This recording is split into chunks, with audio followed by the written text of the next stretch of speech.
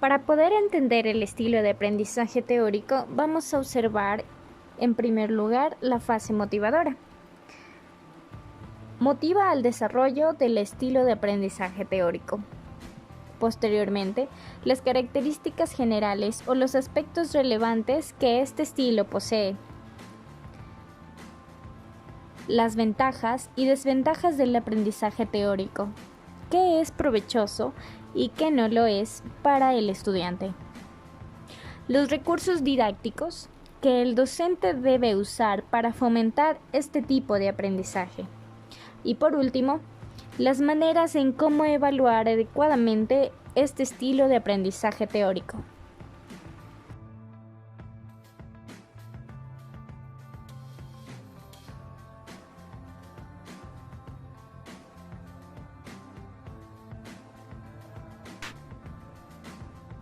Como primer punto tenemos la motivación.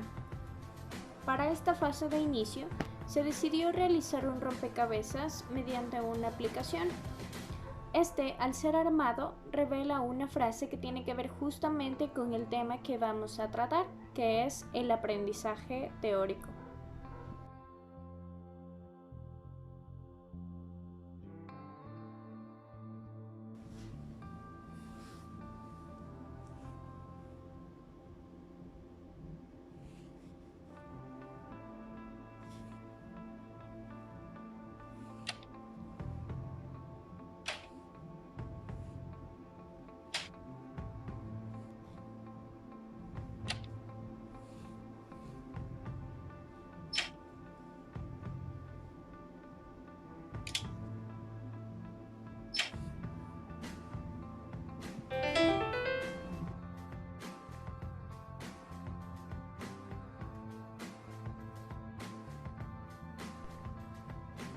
Una vez armado el rompecabezas, se puede observar la frase que dice: donde hay disciplina, hay orden y rara vez hay falta de buena fortuna.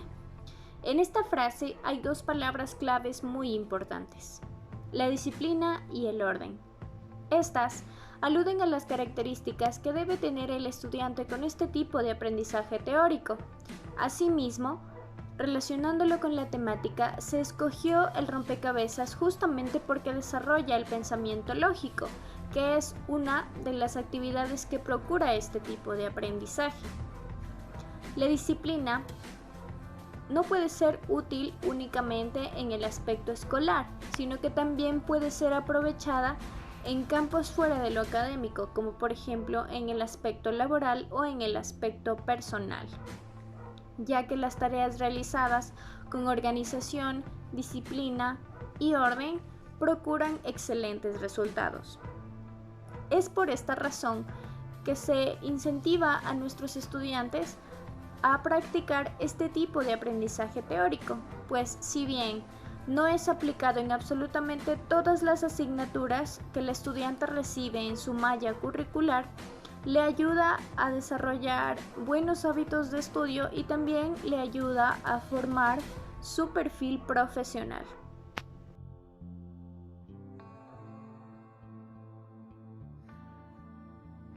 Bien, ahora vamos a hablar de las ventajas y desventajas del aprendizaje teórico.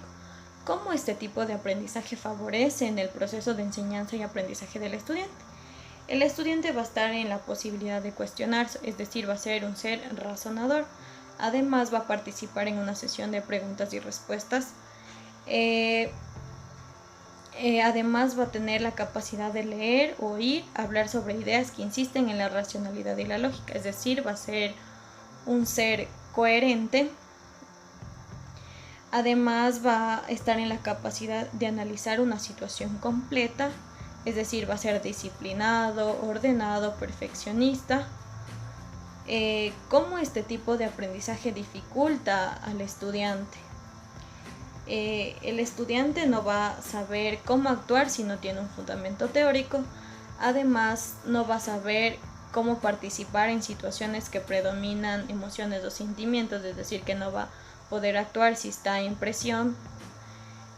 Además, se le va a dificultar cuando tenga que actuar o decidir sin una base de principios, políticas o estructura.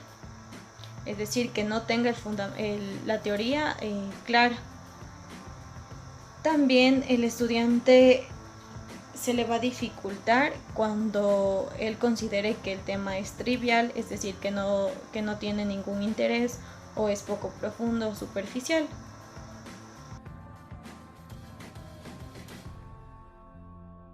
Recursos didácticos que debe usar el docente para fomentar el aprendizaje teórico. Recordemos que los recursos didácticos sirven para el enriquecimiento del estudiante, favoreciendo en el proceso de enseñanza-aprendizaje. Además, facilitan la interpretación del contenido. Como primer punto tenemos los documentos. Aquí encontramos los libros, artículos científicos, fotocopias, periódicos, revistas, etc. Recordemos que en el aprendizaje teórico el estudiante siempre se va a sustentar en algo. También tenemos los tableros didácticos donde encontramos las pizarras que sirven para el desarrollo de las actividades que se va a realizar en la clase. Tenemos los recursos manipulables que son los mapas conceptuales, organizadores, esquemas, diagramas que sirven para que el estudiante ponga en práctica el contenido. Tenemos los audiovisuales en donde encontramos videos, fotografías, películas, que es la mejor forma de llevar el aula a la realidad exterior.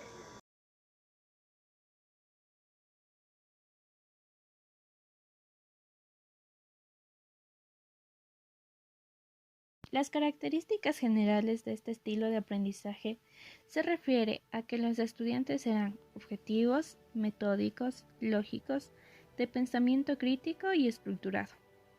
Esto debido a que su conocimiento está basado en la resolución de problemas, como también integran observaciones dentro de teorías lógicas o complejas.